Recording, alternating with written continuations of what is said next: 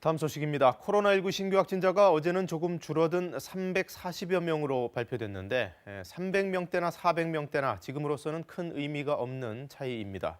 도무지 획기적으로 감염자가 줄지 않는 정체 국면이 계속되고 있습니다. 취재기자 연결합니다.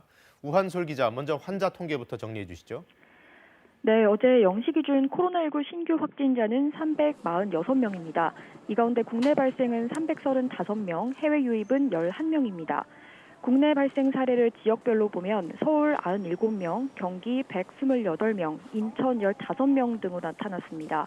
전체 확진자 가운데 수도권 발생이 70%가 넘습니다. 위중증 환자는 128명, 사망자는 8명 늘어서 모두 1,642명입니다. 감염 경로를 보면 이전 확진자와의 접촉, 그리고 집단 발생이 가장 많았습니다. 최근 일주일 사이 신규 집단 발생 21건 가운데 9건이 가족과 지인 모임 사례였습니다. 자세히 보면 지난 5일 확진자가 처음 나왔던 서울 광문고 축구클럽 관련 확진자가 14명 추가돼서 모두 15명이고요. 서울 영등포구의 음식점 관련 확진자도 4명이 추가됐습니다. 방역당국은 봄맞이 나들이나 가족 지인 모임이 많아지는 상황을 우려하고 있습니다. 그래서 거리 두기, 방역 수칙을 잘 지켜달라고 거듭 부탁했습니다. 백신은 어제 발표 기준으로 31만 명 정도가 맞은 걸로 알고 있는데 우선 접종 대상자의 몇 퍼센트 정도입니까? 네, 41.5% 수준입니다. 어제 0시 기준으로 백신 1차 접종을 완료한 분은 모두 31만 6,865명입니다. 이상 반응으로 의심돼서 신고한 사례는 3,900여 건입니다. 이 가운데 90% 이상이 발열이나 근육통 등 면역 형성 과정에서 자연스럽게 나타나는 증상이었습니다. 정부는 백신 접종이 순조롭게 진행되고 있다고 보고 올 상반기까지 1,000만 명에게 접종을 완료하는 걸 목표로 하겠다고 밝혔습니다. 이를 위해서 다음 달까지 지역 예방접종센터를 60여 곳 더 설치하기로 했습니다. 또 지금까지 보고된 백신 접종 뒤 사망 사례가 백신 때문이 아니라는 잠정 결론이 나온 만큼 당국은 중단 없이 계획대로 접종을 계속할 예정입니다.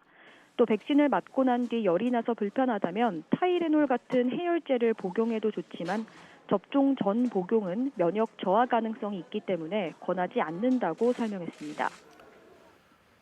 정부가 사회적 거리 두기 조정을 또 준비하고 있는데 우리가 언제쯤 그 내용을 알 수 있을까요? 네, 이르면 이번 주 금요일에 발표될 걸로 보입니다. 지금 사회적 거리 두기는 수도권 2단계, 비수도권 1.5단계로 14일까지 적용됩니다. 중앙재난안전대책본부는 어제 이번 주 금요일쯤 거리 두기 단계를 유지할지 또는 조정할지 발표하는 걸 목표로 하고 있다고 밝혔습니다. 지난주에는 거리 두기 개편안 초안이 발표됐죠. 언제부터 적용할지는 아직 정해지지 않았지만 개편안 적용 전이라도 환자 발생 추이를 보고 조정이 필요하다면 지금 체계에 따라서 조정할 수 있다고도 설명했습니다.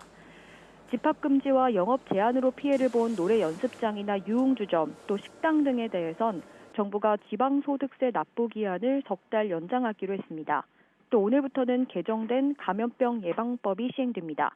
역학조사를 방해하면 최대 징역 3년 또는 벌금 3천만 원, 백신을 재치기 접종하면 최대 벌금 200만 원을 낼 수 있습니다. 지금까지 사회부에서 KBS 뉴스 우한솔입니다.